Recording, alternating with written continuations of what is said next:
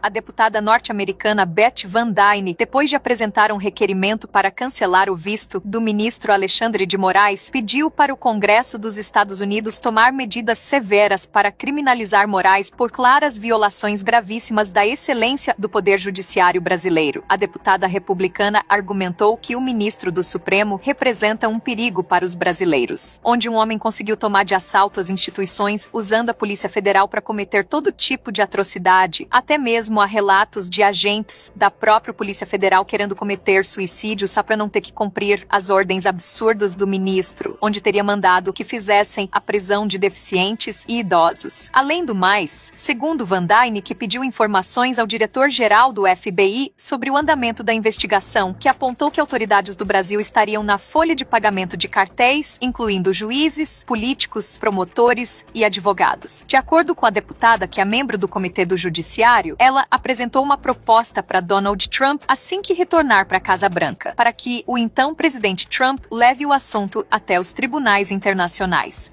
O presidente do Congresso dos Estados Unidos, Mike Johnson, depois de mandar um duro ultimato para a alta cúpula da Polícia Federal no Brasil, ao expressar enorme preocupação com o avanço da corrupção brasileira promovida por juízes da Suprema Corte que estão até mesmo aliados a facções criminosas. De acordo com relatos do presidente Johnson, Moraes teria entrado com pedido de prisão contra a deputada Paula Belmonte, que expôs vários escândalos do ministro que fez com que Alexandre expedisse uma ordem de prisão para a deputada. Johnson, que sugeriu à Casa Branca para aprovar uma resolução contra o Brasil devido à corrupção desenfreada promovida pela Suprema Corte brasileira. Deputados americanos também corroboram a proposta do presidente da Câmara dos Estados Unidos. E na terra do tio Sam, o legislativo americano é temido até pela Casa Branca, que propôs aprovar no Congresso americano impor sanções ao Brasil devido aos crimes cometidos por autoridades brasileiras. Segundo Johnson, que recebeu informações de que Alexandre de Moraes teria contatado a Interpol para expedir uma ordem de extradição para a deputada Paula Belmonte e recebeu um belo de um não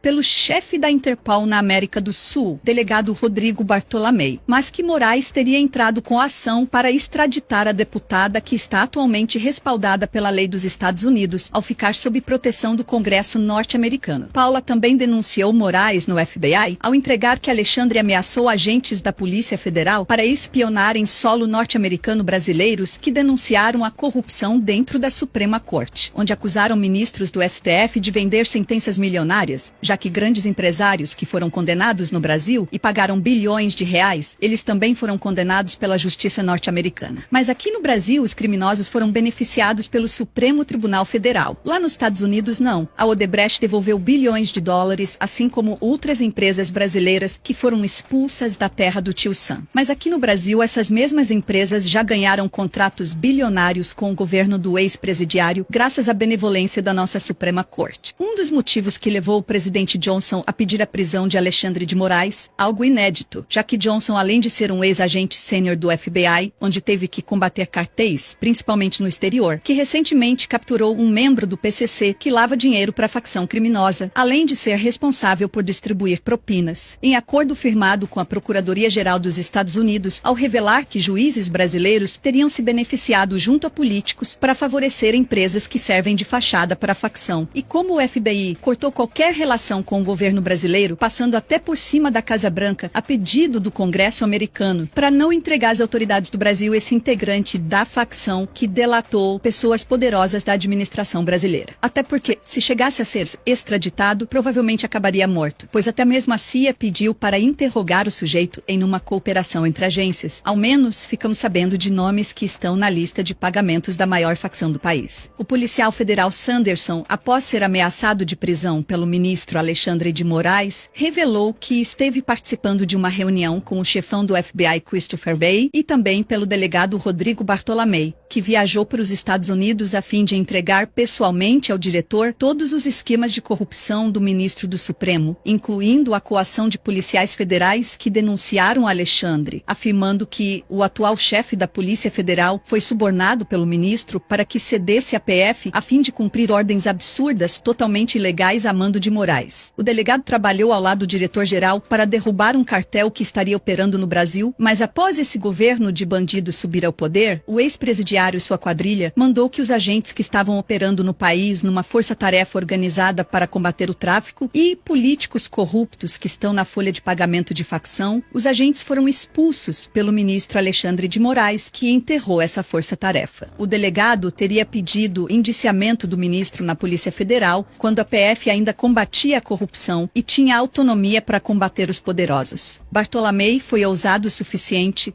para pedir um mandado de prisão de Alexandre, alegando que o ministro seria um dos chefes de uma quadrilha que estaria operando milhões em propinas, e como agente da Interpol, que chefiou uma das maiores apreensões de lavagem de dinheiro, onde acusou formalmente os membros do Poder Judiciário de estarem levando dinheiro ilícito para fora do país.